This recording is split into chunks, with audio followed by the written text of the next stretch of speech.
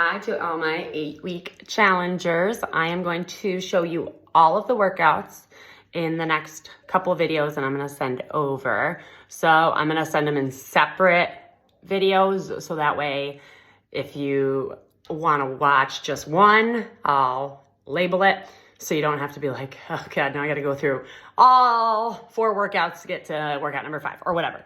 So we are going to start. This one is going to be our leg day workout. I'm going to show you all of the exercises and also modifications and what you can do at home versus at the gym or based on whatever equipment you have. So the first exercise, and also let me just rewind for a second.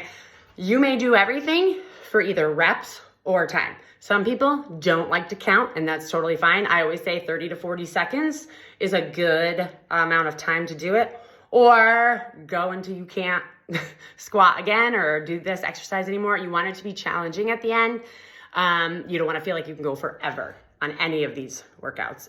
You want, that last rep to be like, whew, I'm good. Or you need to go heavier. The goal is for everybody to build muscle. It's not about becoming jacked. So don't feel like building muscle means you're going to be bodybuilder. It just means you're going to speed up your metabolism, have a little more definition that we all want in our body, and just feeling better in general. So, and fitting into our clothes better. So like I said, you may either time or do reps. I always say 10 to 12 is a good rep range, depending on your weight. If you feel like you need to go 15 to 20, that's okay. If you're getting up to the 20 reps, that's when you may need to increase the weight, buy some more dumbbells, do whatever you need to do to feel a little more tired at the end of it, at the end of the last rep. So anyways, now here we go.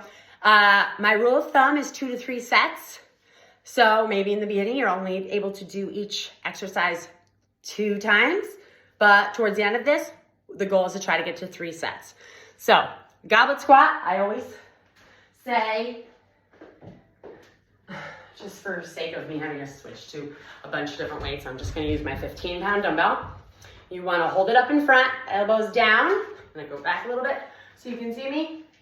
Your elbows come to your heels, or to your knees. You want your weight on the heel of your foot. So you don't wanna be bringing your knees forward.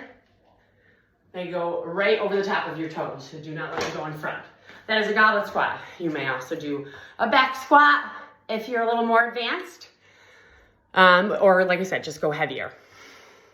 Split squats. I have leg up split squats. You can do either. So leg up would be bringing your foot up behind you, down and up. Or if that is difficult, like I said, regular modification would just be standing, split squat, down and up. Also, you can rest between your sets. You can either do the circuit style where you do like 3 to 4 exercises in a row and then repeat it, or you can do all of your squats, just rest between either. It's all based on your time crunch. If you're gonna want the workout to be done in 30 minutes, I would say try to group 3 to 4 exercises together and repeat it 2 to 3 times.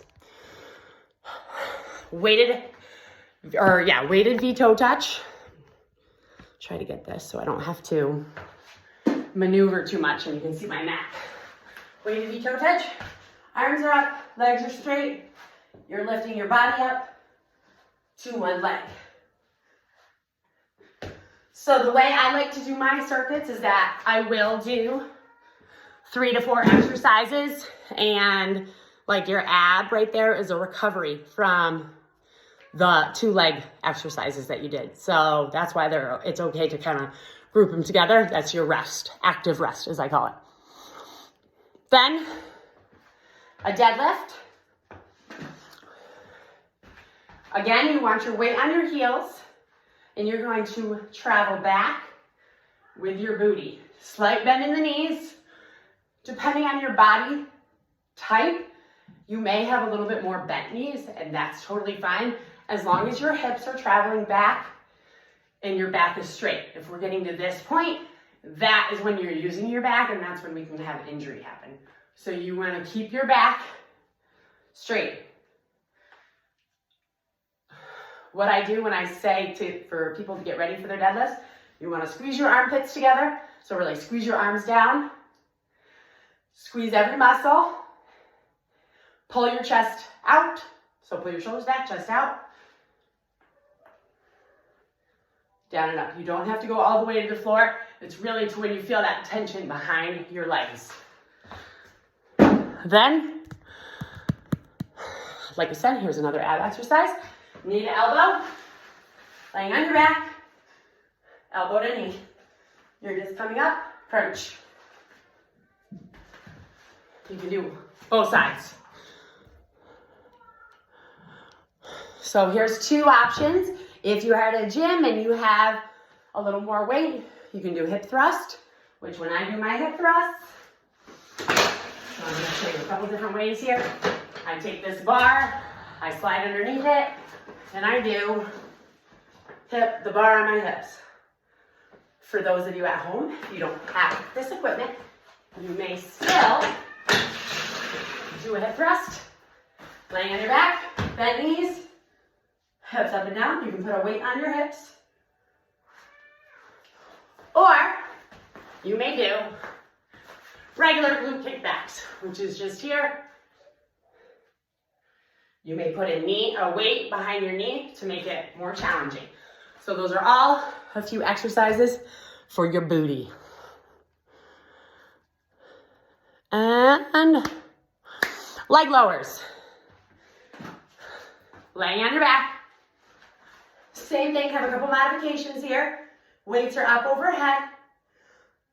The lowest intensity is bending your knees, lowering one leg bent at a time. I am pressing my lower back into the floor, so I'm not arching. I'm making sure my entire back is on the ground.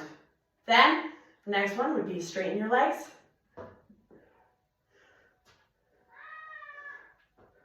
Lowering one leg at a time. And then the last one would be both. Again, you're not letting your lower back come off the ground. If you do that, you may feel it in your hips or in your back. So you want to flatten that lower back. My friends that have tight hips, and this is really hard for them, I suggest going to a doorway. Let me lift my phone back up there. And getting in a doorway, having one foot up against that wall, and lifting and lowering the other leg. Okay, that way you can feel a little more of a stretch when you do it.